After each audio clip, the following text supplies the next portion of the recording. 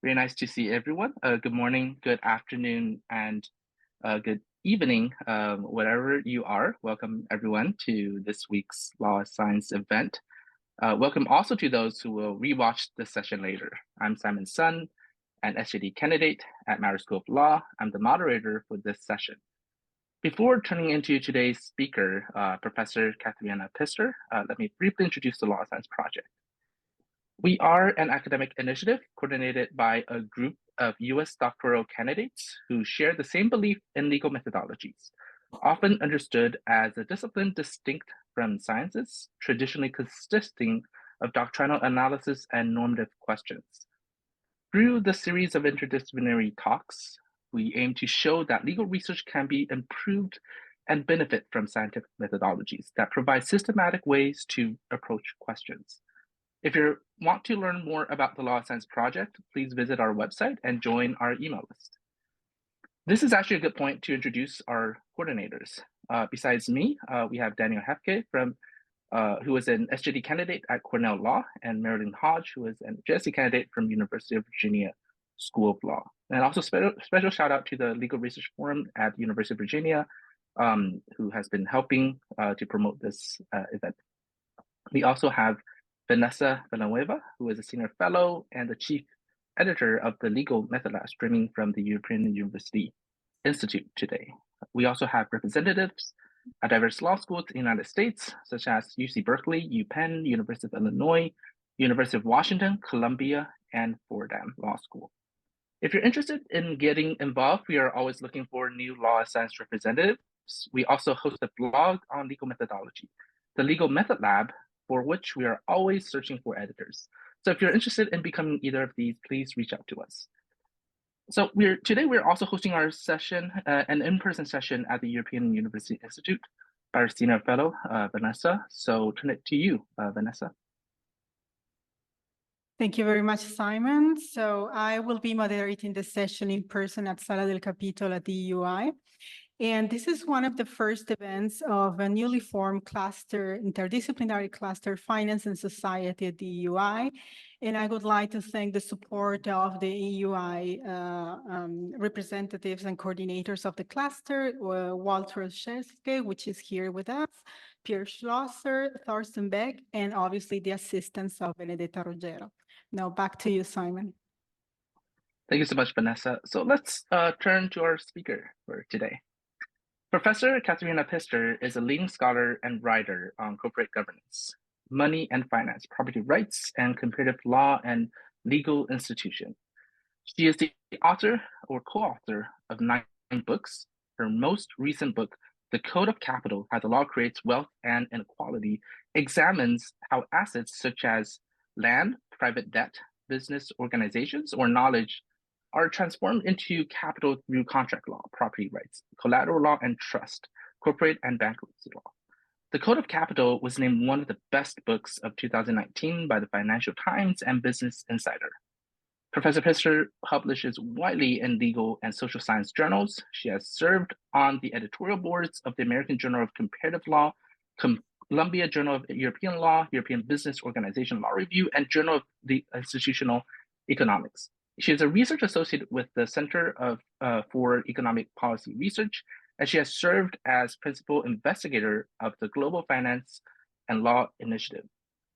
Professor Pistor was a member of the board of directors and a fellow of the European Corporate Governance Institute. In 2015, she was elected a member of the Berlin Brandenburg Academy of Sciences and Humanities, and in 2021, she was elected a member of the European Academy of Sciences.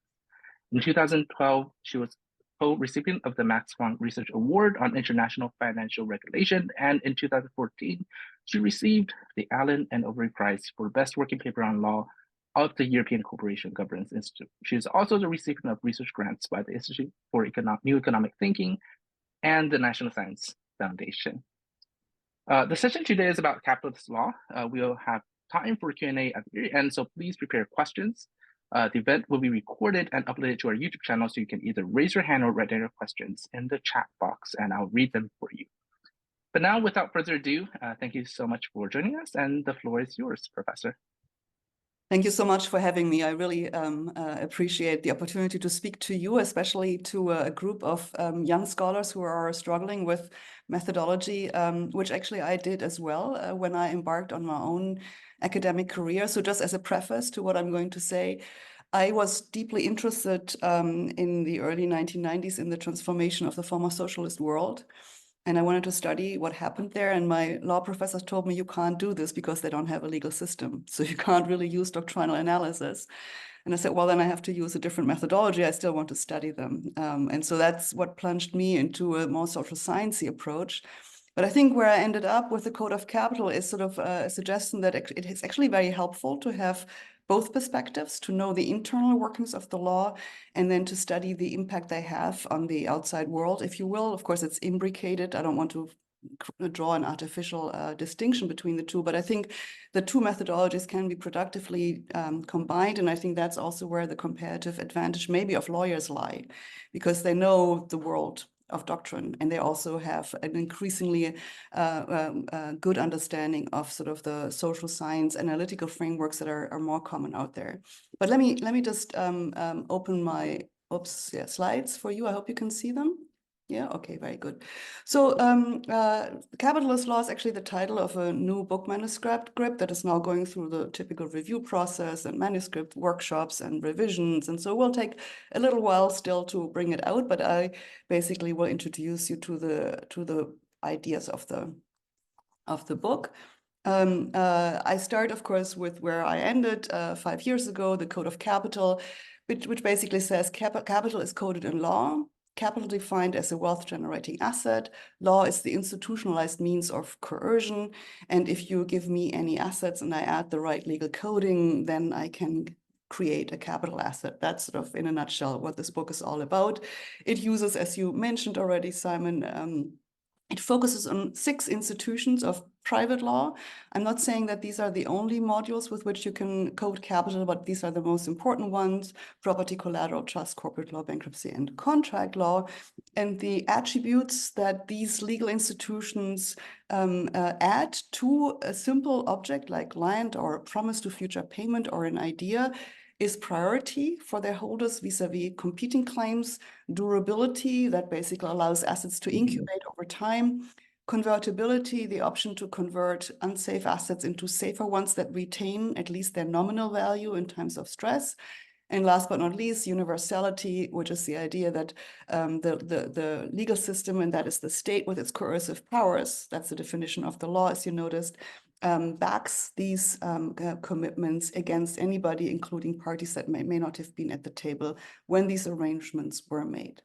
So these are basically this is the Code of Capital. And at some point, I basically stepped back and asked myself, how is it that a system that is coded in law is so resistant to legal constraints?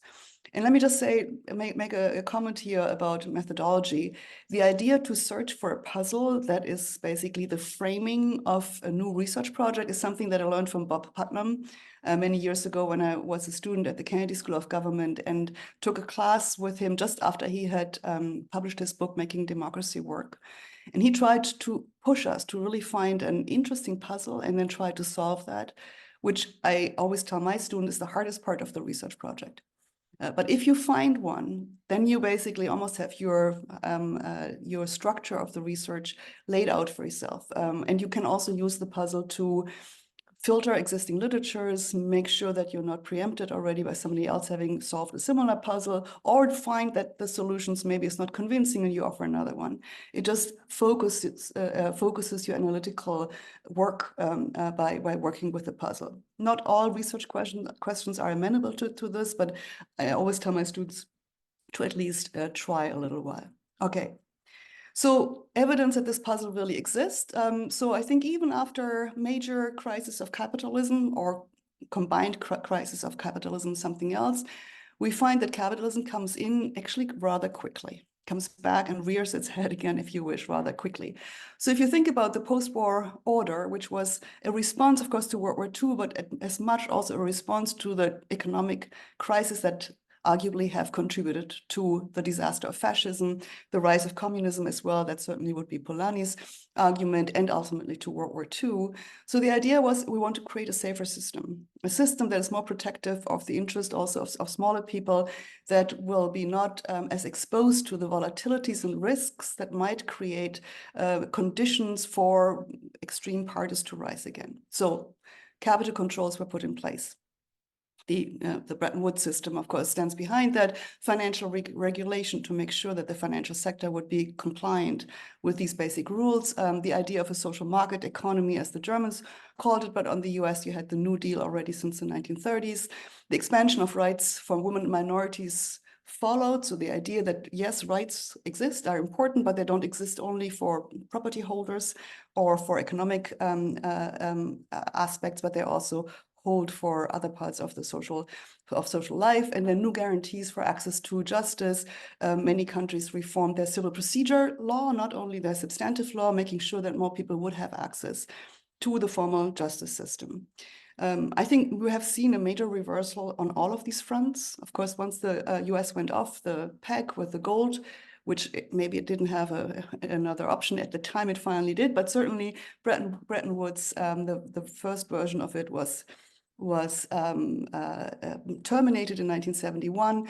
Financial regulations were already legally arbitraged around. We saw the rise of swaps to get around capital controls. We saw the rise of the euro-dollar market in Europe. We saw the rise of new types of financial intermediaries, mutual funds, etc., that were, some of them, not all of them, but some of them were engaging in what we would call functionally banking activities, but were not regulated as banks, etc. So I think on each of these fronts, you can make a case that the controls or the safeguards, if you wish, that were put in place after World War II did not hold water for too long. And I would argue you could even make that case also for earlier periods after revolutions, major changes in systems.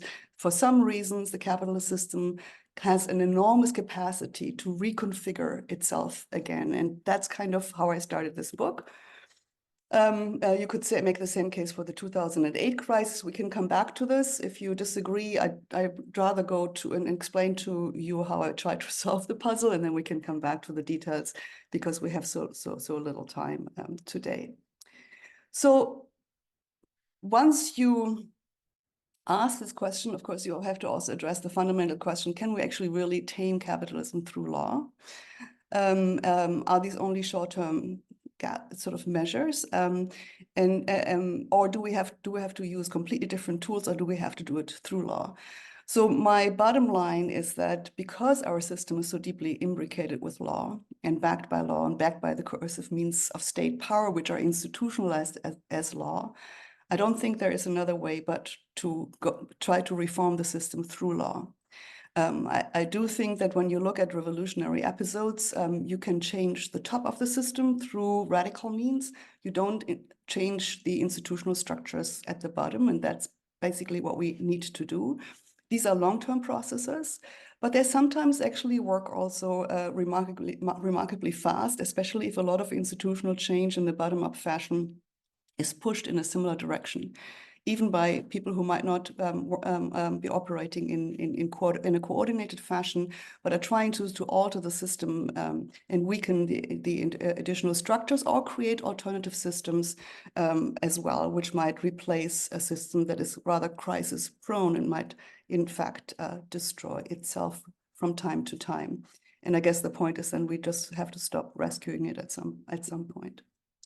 So my definition of capitalism really is a system that is an economic system. Oops, that was too fast, sorry. To go back. A socioeconomic system that mobilizes public resources, in particular the legal system and the money system, which I would also define as largely legally created, for private wealth creation. It externalizes the cost to societies and privatizes the gains. So that's my conceptualization of capitalism. Again, this is, of course, always subject to debate. Many others have defined capitalism before me. I just wanted to point out there, of course, related concepts. Minsky has argued that capitalism is essentially a financial system, and I do not disagree with him, but I would add sort of the legal foundations which he recognized, especially in his 1986 book, But I think we could even go further and explain how finance is coded in law. That goes back to my article of 2013, A Legal Theory of Finance. Jonathan Levy, the historian at Chicago, has said that investment, not production and exchange or consumption, is the first mover in a capitalist economy. That also harkens back to Keynes, I think, who's made similar comments. So it's ultimately about trying to capture future gains and realizing them today. And that is made possible through the law, because we're creating these kinds of financial instruments that you can trade today. And these are basically expected returns in the future. You trade them today and you can realize them today. That wouldn't really work without the apparatus of the legal system that I explained earlier. So how do I solve the puzzle? I'm basically saying we have to understand the legal system as a capitalist legal system. And for that, we have to recognize the dominance of private autonomy, in fact, the dominance of private ordering, you could say, and the creation of private power through law, not only aside from law. So again, many others have said similar things before. I'm just throwing this out here. This influences my thinking. One was Yevgeny Pashukanis, the first major theorist of socialist law in the Soviet Union after the revolution. He basically argued that law in capitalist society exists as an antithesis of public and private law. So he focused his attention very much on the fact that in capitalist legal system, we have this duality of public and private. He also he didn't really respond to the legal realists because they came later, but he made a similar argument that you hear very often from the legal realists or critical legal studies folks that say, well, in fact, all law is public law because it's based on the coercive powers of the state. He says, actually, in his 1924 book, that you could just as well say that all law is private law, because when you trace it back to Roman law, that's where it comes from. He also makes the argument that it's much more coherent as part of the private legal system, and the tensions arise when you add the public. Either way, so the duality is key for explaining capitalist law, and I think I do agree with him on this one. I just mentioned the American legal realists, of course, and my own thinking is that capital is coded in law, but this works only because the private legal system, of course, is also part of a legal system that is backed by the coercive powers of the state. So it belongs together. We could make similar arguments about the money system. I will skip that just to focus on law for now. So the basic premises of capitalism is a capitalist legal order in which private ordering is superior to public ordering. So if in doubt, we order through private means. Capitalism and the legal institutions that exist precede actually constitutional democracies. So Jonathan Levy, whom I quoted earlier, he has one of the opening lines in a chapter in his book on Stages of American Capitalism. He just starts, just mention it, it's almost in passing, but I think it's a really important sentence. He says, capitalism was there first, and then came democracies. And I think that's really important to realize, because if true, and I think it's true historically, the legal institutions that support capitalism also precede our constitutional order, and we know that. But our constitutional orders never grappled with what that actually meant. They simply protect property rights, right? And few constitutions, of course, the German, but not that many constitutions then make explicit that somebody has to define what property rights really mean, or whether property rights entail anything other than a private claim against other private parties, and through the constitutional endorsement also against the state. Okay, so it's essentially the modern constitutions embrace the private legal order as it existed at the time, and entrenched the property rights by making them also powerful weapons against states' intervention.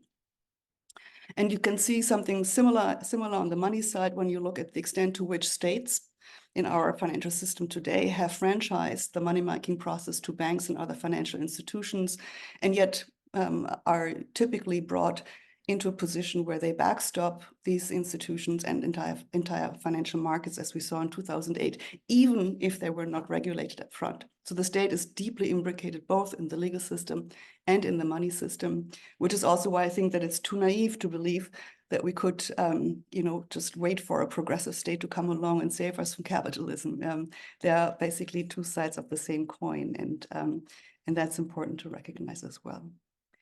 So in the next moves, and when I say, okay, so there's something really structural, very basic in the legal system that has a dual legal order of public and private, where the private, if in doubt, has the upper hand over the public order, and the private rights can be enforced even against the state. But I think that's not maybe sufficient to explain the capitalist system or the capitalist legal system, capitalist law. So I basically identified three features of capitalist law that allow capital to raise its head again, even when you use public law through regulation to tame it. So I think the pattern that we've seen in the past is that we typically use the public law and regulation, administrative law, and constraints to somehow constrain what capital can do, but it comes out again because of these features. So the first is that we empower private actors to have rights over others, over other private parties. That's the very idea of private autonomy. Some theorists of private law argue that ideally, and in some instances you could even show this in existing law, these rights are inherently limited by the rights of others. So I have not only rights over others, I also have to respect the rights of others. But in fact, if I know how to play the legal system, I can use these rights to actually acquire domination over others. The second point is that, yes, the state might be the central, the basically manifestation of the centralization of the means of coercion, but we have a legal system that through its procedural law grants decentralized access to the means of coercion, and we call that litigation.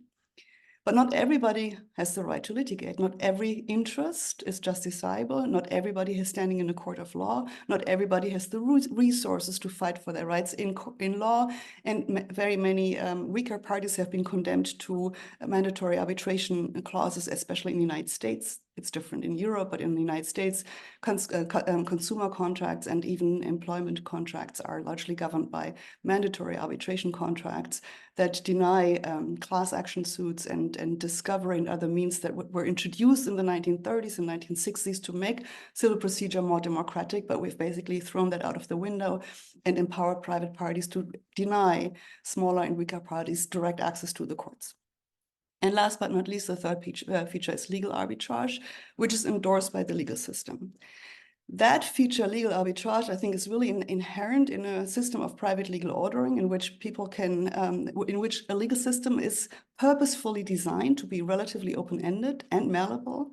So it can be used by different private parties to organize their horizontal affairs with one another. But it also allows them to use precisely these legal institutions to get around the public constraints. Most famous example, of course, would be tax avoidance, right? So you just find a different tax haven as long as countries recognize corporations that are even created under the law of the Cayman Islands, or you name your tax paradise, and allow these machinations to exist, even though you have companies without employees and without a real functioning board, et cetera, then you can exploit these tax advantages. And the same is true, of course, for environmental regulation, to some extent financial regulation. It's a bit harder, but I think even after Brexit, assets that are manufactured under English law can still be traded in Europe, even though the intermediaries cannot have residence as easily as before we denied them the passport, right, as we call this. Okay, so we can again, we can go into details here, but I think you can imagine where I'm going with this. So we can now show institution of institution how property rights can be configured, not only to for, let's say, holders of assets to configure their own rights, as I mentioned before, or already in the Code of Capital, by having priority rights over others. You can also tell others what to do. So property rights are hierarchical, they create rank orders, and they allow the holder of assets to dictate by and large, with constraints, of course, but tell others what to do. Underlying, of course, here, or this is also the origin of Marx's idea of having ownership over the means of production gives you control rights over labor, and Oliver Hart and John Moore in their modeling of a firm have come basically to the same conclusion. So if the control over the means of production gives you control over people, Corporations have assumed enormous, not only power, but also legally protective rights, right? They own their own property. They're protected as persons in their property rights. In the US, they even have achieved things like free speech and religious rights, at least for closely held companies. Another important feature for establishing rights over others is that the insistence on formal equality, right? So informal equality before the law, even as everybody knows that resources are fundamentally differentiated and imbalanced. But by insisting on that, we can create the ideal of having formal equality, not having to look into this. And then last but not least, these mechanisms together have allowed private power to be created with very few checks and balances over private power. We have very uneven access to the decentralized means of coercion. I mentioned this already. So litigation is the primary means, but I think it's interesting to think about what kind of interests are really protected. As a rule of thumb, in most legal systems, it's easier to litigate if you have an individual right rather than when you have a collective right. Sometimes we overcome this by specific procedural rules, but they don't exist everywhere, and they also have been pushed back in the United States quite substantially over the last 20 or 30 years. I mentioned the mandatory arbitration clauses already, and of course, what most legal systems experience in the age of democratization of the legal system, of course, more people litigate, but we do not make the resources available for all people to resolve their conflicts through litigation and in the court system, and systematically crowd out those with the least resources, and usually with what are regarded sort of smaller claims. State courts in this country are overrun. There are no legal representatives. In an adversarial system, you can't really have a decent court ruling in this fashion. And then last but not least, legal arbitrage. I mentioned this already.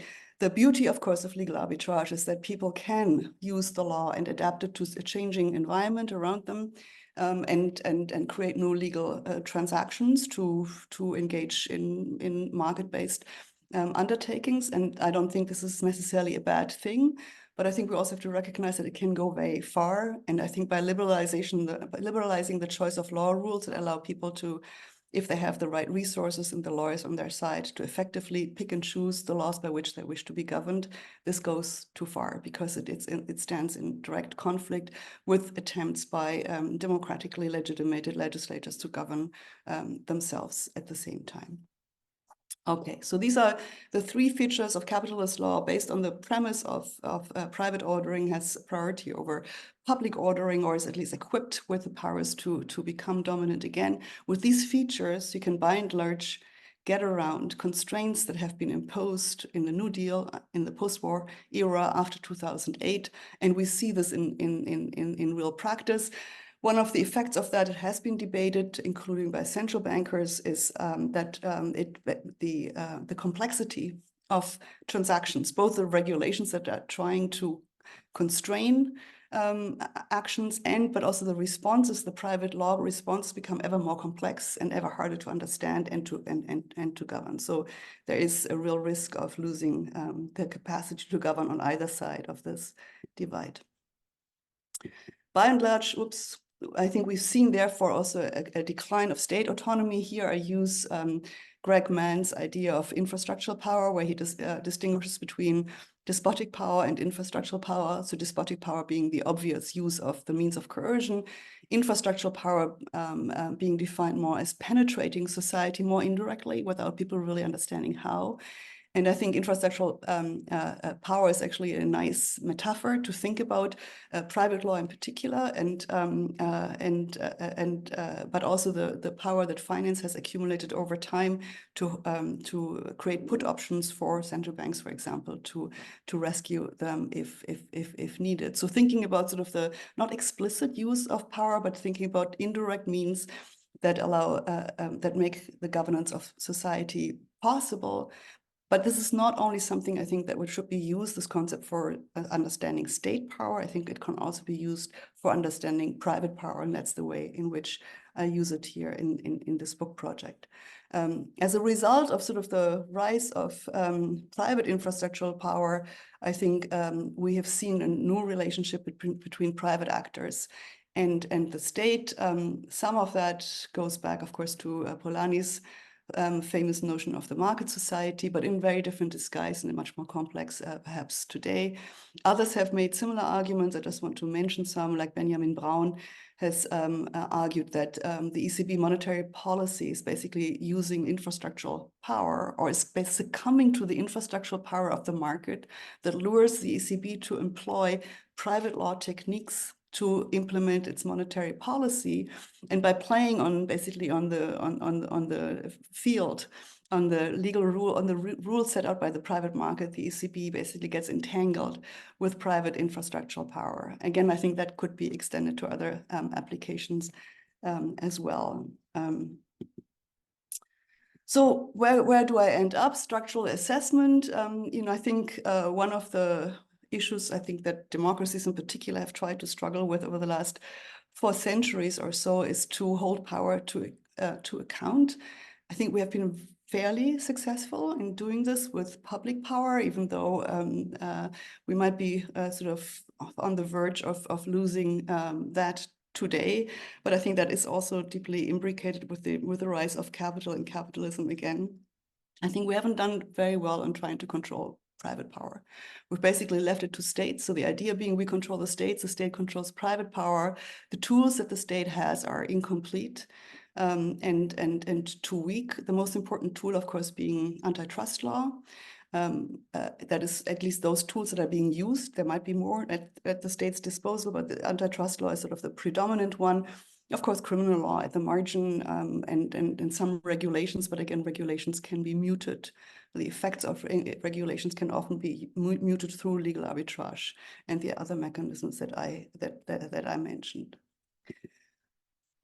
Okay, so the outcome, therefore, is that we see, I think, the domination of too many by too few.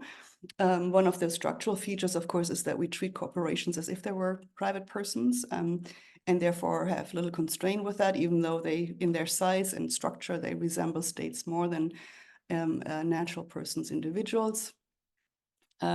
We have used state power in large measures over the last 30 years in particular, but I think it's a structural feature for enabling and supporting private power and to subordinate others to private power. And I think this is most prevalent in the housing sector, consumer credits, family and criminal law. So these are areas where you can where you can see how the state actually kind of helps with its other mechanisms and legal mechanisms to keep the system functioning in a way that is actually placed also in the hands of a capitalist system. And then last but not least, I think the binding constraint for me in the end is climate disaster. Capitalism has survived in all kinds of different disguises with and without democracy. And I'm not saying this is a good thing, but I think it will not be the end of capitalism, of course, if democracy succumbs to it. But I think climate disaster is, in my view, unavoidable with the system that is in place currently, because it still fosters and endorses the privatization of gains and the socialization of costs, and tries to bring private actors into the fold of trying to fight climate change with their own means.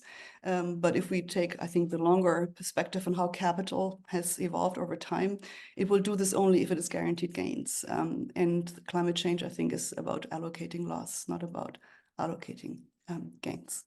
So let me stop here and see whether you have any questions that I can answer. All right.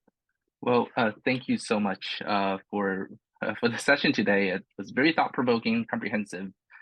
So now we have entered the Q&A session. We have a group of international students, so I'm sure you have a lot of questions. I already see some in the chat box. And again, the event will be recorded and uploaded to YouTube, so you can either raise your hand or write down your questions in the chat box, and I'll read them for you. So we have one question from Louis Kalauko. He asked, how do you feel about revolution as opposed to reformism? You wrote, law is a political product not only at its inception, but in the way it reflects and is shaped by the interests of political, social, and economic actors. It is impossible to understand where law comes from and where it's going without venturing into the realm of the political economy. So this leads him to conclude that your study is very much materialistic as opposed to idealistic in a Hegelian way. Thus, how would you reconcile law reform while law is enacted by property owners, capitalist bondholders class, etc.? In which regards do you differ from Marxism? Yeah, so I'm not a great believer in revolutions, and I think the history of revolutions, at least in my interpretation, supports that position. If you think about France, for example, the level of inequality that existed prior to the revolution was back within decades after the French Revolution, and Piketty has shown that. He then argues only in the late 19th century, when the French state had taxing power, were they able sort of to have a more equal distribution. And of course, in the United States, then the Great Depression sort of equalized the distribution of wealth. If you think about the Russian Revolution, Lenin didn't really have an option but to declare the new political economy within years because people were starving. And that, of course, was the old political economy, which was to say, actually, we do tolerate market exchange. So what I'm saying is essentially that systems have to change also in their very institutional structure. And I find it hard to follow the Marxists when they make like this distinction between the materialist conditions and the institutions or the law. I think that they have to be the same. They have to be, because without ownership, you can't have control over the means of production. So I would say the legal system is basically part of the materialist condition in that sense. And so we have to change those conditions. The beauty of the legal system that we have is that because it is relatively flexible and malleable, there are also many institutions that you can use to organize alternative ways of doing things. That alone won't change the system as such, but I think there's also a lot of evidence about transformative processes in history, not only those that led or intensified to capitalism, but also others, where you can see that institutional, rather incremental institutional change can compound transformative change. That is not a guarantee, because complex systems are, you can't redirect them. You just have to hope that because of normative consensus or a push of institutional change in a similar direction will bring about transformative change. So I think a revolution, basically, you can cut off the heads of the system, but you don't change the system. Institutions change more slowly, and a grand transformation of the kind that I would hope will happen eventually requires a lot of micro-institutional work that's not solved by a revolution. All right, we have another question in the chat by Raui Kefi. How do you evaluate the decisions made by the conferences of parties under the UNFCCC? Could these decisions investigate meaningful reforms within the capitalist system despite lacking legal enforceability? And can we envision legislation surpassing the realm of capital, perhaps serving to dismantle its influence? So I think in my mind, sort of the real transformative process will come basically more bottom up than top down. However, I think important, even if it's soft law or even treaty law at the supranational level, also legislative change at the national level can set important pillars that focus people's mind about the reforms, either in opposition, but also by embracing them. So I think they have symbolic function more than actually real function, but I don't want to underestimate the importance of a symbolic function, because they help coordinate the many pushes for reforms that come from a more bottom-up fashion. But I think it would be naive to think that just because we have new soft law principles, states will simply embrace them and then push them down. I think to the contrary, but by having this principle, there will be more of a push bottom up, and I think they help coordinate the direction of these changes. And that's how I would interpret their effects on the real world. All right, we have Daniel who has his hands up. Daniel, we can't hear you.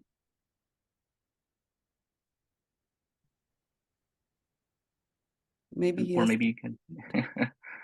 Yeah, maybe you can type it down. But Nick, Simon, I have a question here. Oh, okay, yeah, and Vanessa. So Vanessa first, and then Nick, and then Kenneth. Thank you.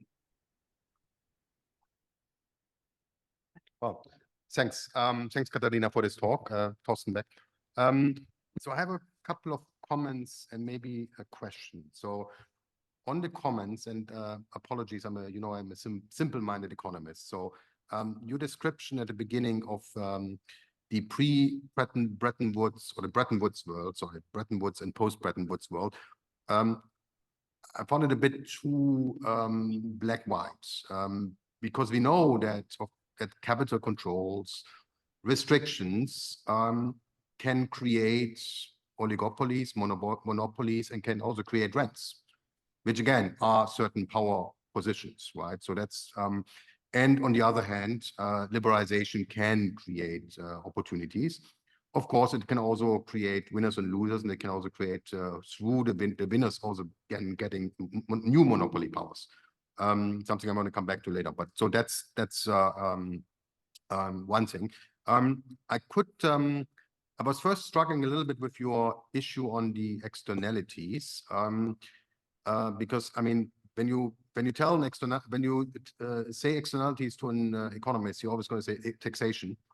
Of course, we know from the financial sector that these externalities from risk-taking, maybe we've seen it again and again. We see it actually yet again in your country, well, the country where you're based, last year, that in the case these losses are being socialized. So I think, especially in the financial sector and the banking sector, we continue to struggle with that and with no proper solution. Now, the kind of the questions that I have is, number one, so you described the legal system. So I'm not quite sure whether you described the legal system as it is in the US, or is it a more general description? And is there a cross-country variation?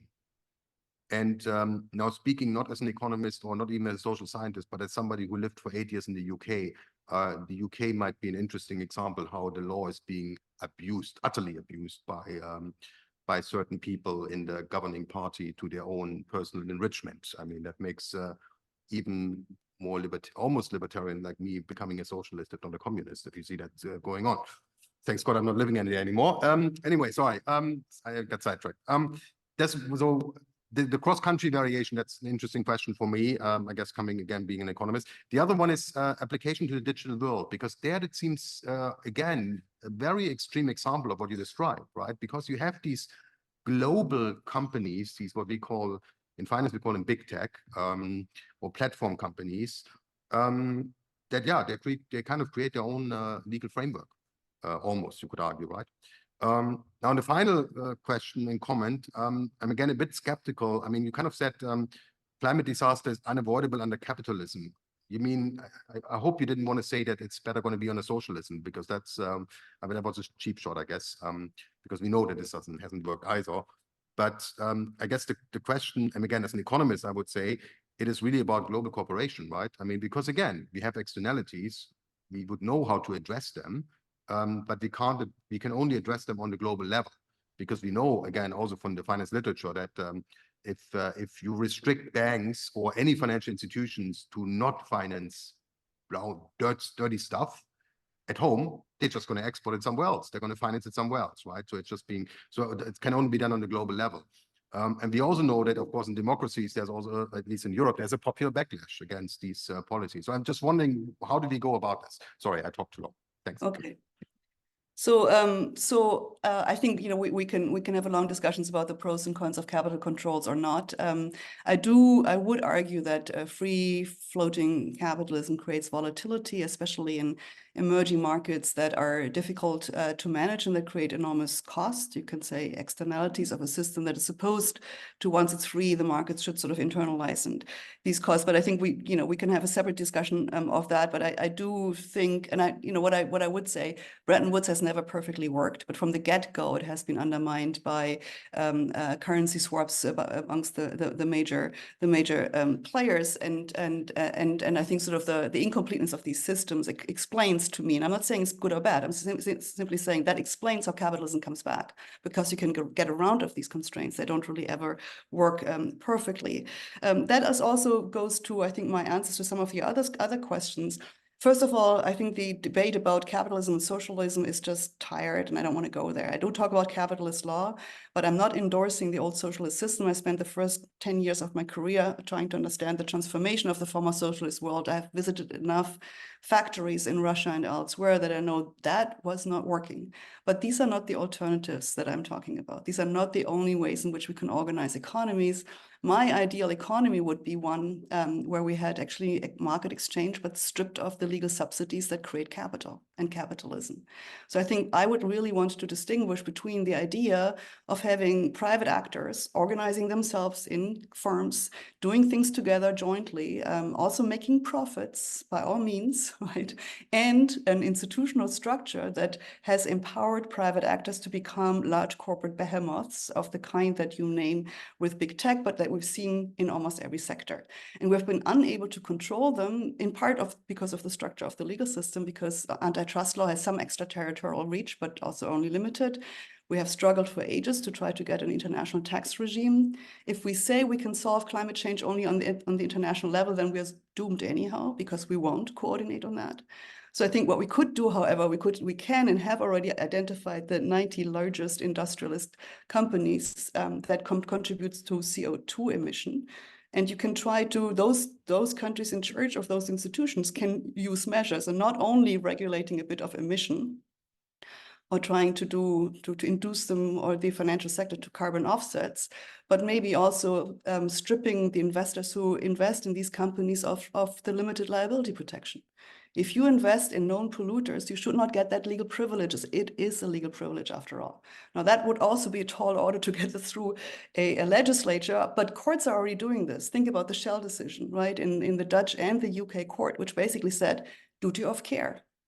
You parent company, and you can just push it one level up to the investors. You have a duty of care for the harm that you create to others. We need just a couple of more decisions like that would, I think, focus expectation for how we could do these kind of things. Last point on comparative, I have a chair in comparative law, so it's not only economists who do comparisons, we do that too, we lawyers. I do have to say that, of course, when I talk about capitalism, I look a lot to the US, also to the UK, because they're the heartlands of hardcore capitalism. I draw some distinctions and comparisons to Europe, especially on consumer protection law, the question of mandatory arbitration, which is institutionalized very differently in Europe. So I make these kind of comparisons in the book just for simplicity. I didn't get to this in my talk here. All right, Daniel, I just wanted to check if you are able to open your mic. Hey, can you hear me now? Good, good. First of all, thanks for the talk. That was super interesting. I was wondering if you could elaborate a little bit more on your definition of capitalism that you used, because it struck out to me that you didn't use the two, I would say, more like common historical explanations for the emergence of capitalism that are either focused on the market or on the mode of production, basically. So obviously your definition is very beneficial for those of us who are doing kind of legal analysis, because it's quite legalistic, or at least it's focused on institutions, and especially institutions of the state, and thus how the state communicates, which is through the language of law. And I know that you said it, like the kind of definition is kind of controversial, but I'd be just interested if you could explain that definition choice a little bit more, because I think it bears heavily on the following analysis. So what's basically the benefit of the legalistic framing of what capitalism is? Yeah, so I resent a little bit the term legalistic, but I leave that to you. So I'm taking issue with the classic Marxist analysis that the only exploitation is the exploitation of surplus from labor. I think it's exploitative, the system, but it's much grander It also exploits labor to this day, but it does something much more profound. And I think we have to just put our heads to that and think about this, which is that we use social resources that exist only because we all believe in the law, we all trust the money system, and the capacity to use these resources and create private wealth from them is on a different level, I think, than the classic Marxist analysis that keeps of trying to reframe every issue that we see as an exploitation of surplus only from labor. We can create surplus without labor, is basically what I'm saying. And we're doing this increasingly, of course, with AI. You can say the ghost workers and the data that we're using, we are the part of labor that is being put into that. But that is, I think, in my mind, is subordinate to the big issue. It's actually a social fabric that you're basically putting in a machine to create private wealth. So I'm not using this to now have my legalistic tools to try to solve the issue, but I think just fundamentally as an analytical insight, we have to realize that that's why we have the extraction of wealth on this scale, because they've been able to mobilize the entire, basically the powers of the state, the institutionalized powers of the state, and sort of our trust in the money system to create mostly, of course, most wealth today is in financial assets, and most wealth today is in intellectual property rights, either of which exist only in the law. They do not exist outside this. So I just can't see it differently anymore. And if that's legalistic, then I have to live with that. I take legalistic back, and I use the word state-centered because that's actually what it's not state. I don't think it's state-centered either. It's social. It's social. The state is only the manifestation of the institutionalized means of coercion. And we can organize the state differently. And our attempt was in constitutional democracies to make actually the people the sovereigns.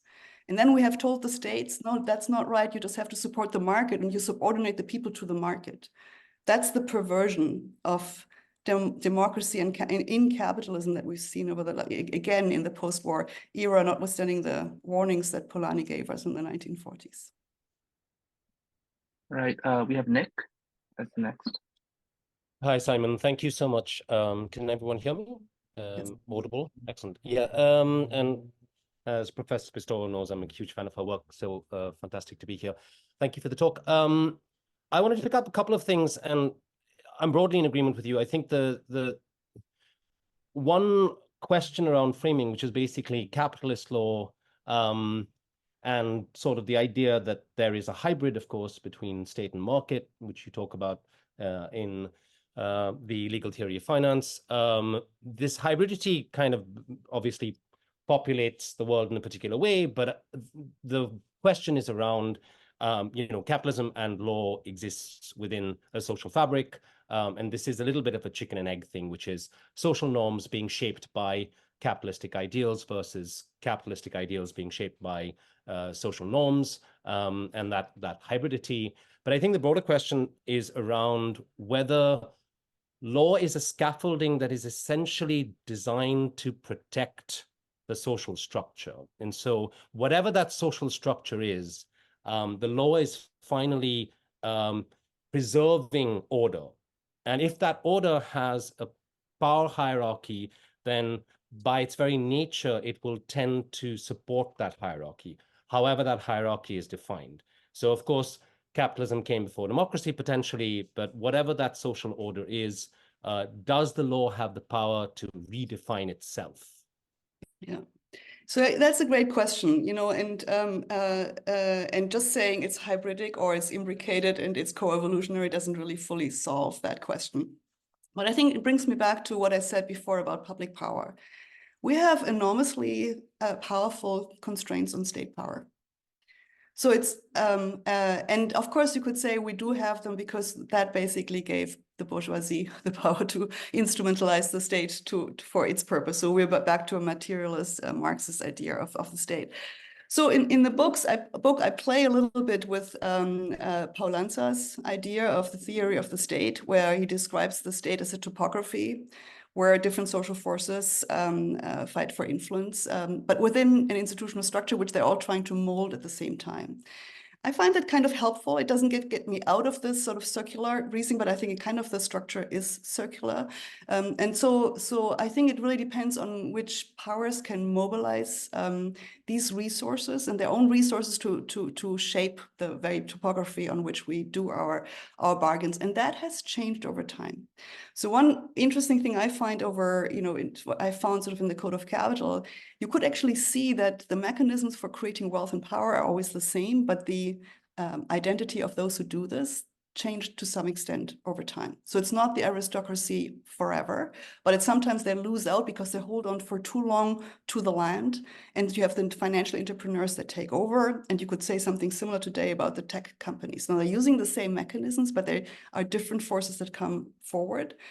So what I'm trying to say is with a few tweaks, maybe some important tweaks, we could also enable other forces to come forward in using similar types of means to reshape that, topography and their relation to it and to others within that topography. Having said that, I think I'm not too naive either. I think soft power matters, and people will always use the means at their disposal to create these kind of power structures. I also said in the Code of Capital already, priority of creating rank orders of some sort is essential to make sure that we can solve disputes in a peaceful manner, at least at face value, and don't have to also litigate over every dispute because we know you have a better right, I will yield. But what that better right is, and who has it, and whether it's collective or individual, these are things that are up for grabs. And I think that's sort of the kind of discussion that I'd like to have and to instill. All right, Vanessa, I just wanted to double check if there are any questions in the room.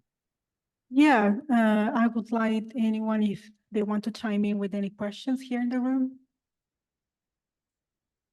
Yes, please.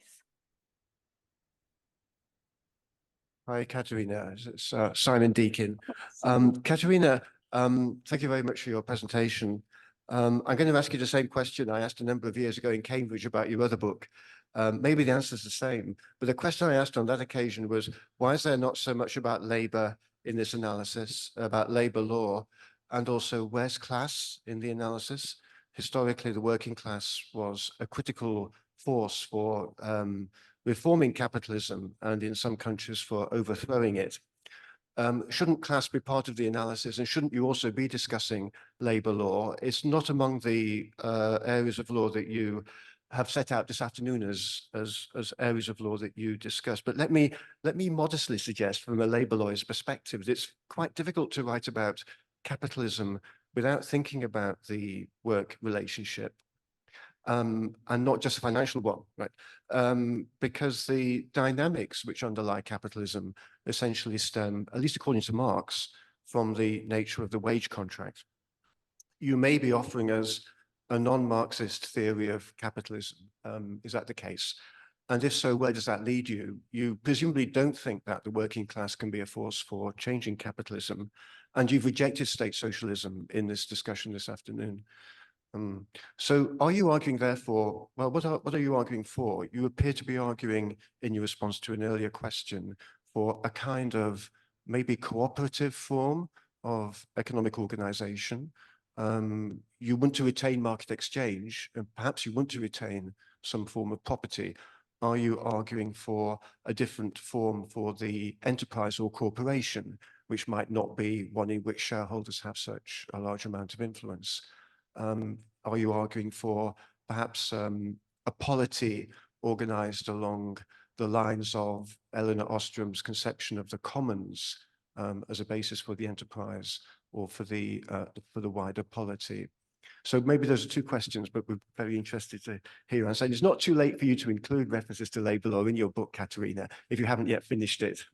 No, it's not finished, and it's actually and there is more about labor in that book, because I do recognize its importance. I think, just on the previous book, I made the conscious choice actually to focus on capital, because I wanted to show that you can actually create capital and capitalist extraction without labor. I would add to that, and in many conversations with you and others, I've also come to the conclusion, and it would be interesting to write that other book, which is to say that if we think about like the metamorphosis of capital that I describe in the book, there's a parallel metamorphosis of the organization of labor almost every step along the way, right? From the commoners that were sort of occupying and using the land to, of course, the landless masses in the factories, to the kind of wage labor relations that Marx was talking about, to all the way to the gig economy. On the one hand, the ghost workers and our so-called independent contractors. The characterization of work is a complementary feature of the evolution of capital. I think the only thing that I wanted to say is it's not the primary source of extracting surplus. There's just not enough surplus there. It's just much larger, the surplus that is being extracted today. And it took a while to create this. And I think in Marx's times, it was really about industrialization and labor. I think in our times, it's really much more about finance. But having said that, I think I do recognize that it's important to talk about this. What I'm arguing for is, I think basically a more democratic, horizontal way of organizing life. I'm not a fan of centralized power, be it public or private. That's why I'm also not very friendly to sort of recreating socialism of the kind that existed under the Soviet Union. I also dislike fundamentally the kind of hybrid system that China has created under the guidance of an autocrat at the center. So I think at heart, I'm a Democrat, and I'd like to have a more sort of, you can call this cooperative organization of economic relations. And so, yes, I'm actually just working on a new project, the non-capitalist enterprise, doing both a survey of the kind of structures that people are experimenting with. And it's not only the old cooperative form, but there's a lot of innovation happening. I always come to the conclusion, however, that without a change in the financial ecology, these new companies won't survive.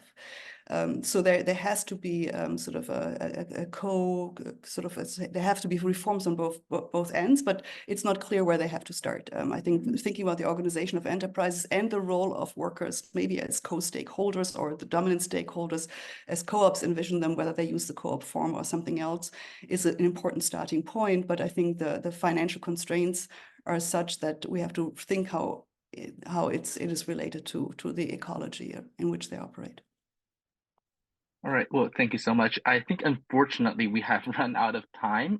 For those who, I think I just sent a message to Kenneth, like if you have any questions, I can forward the questions in the chat, maybe to Professor Pistor afterwards. And again, thank you so much, Professor, for joining us and for this insightful talk and discussion. And thank you everyone for attending. Before we let you go, can you please turn on the camera and we can take a picture of all of us, and that'll be wonderful. All right, I'm gonna count to 3.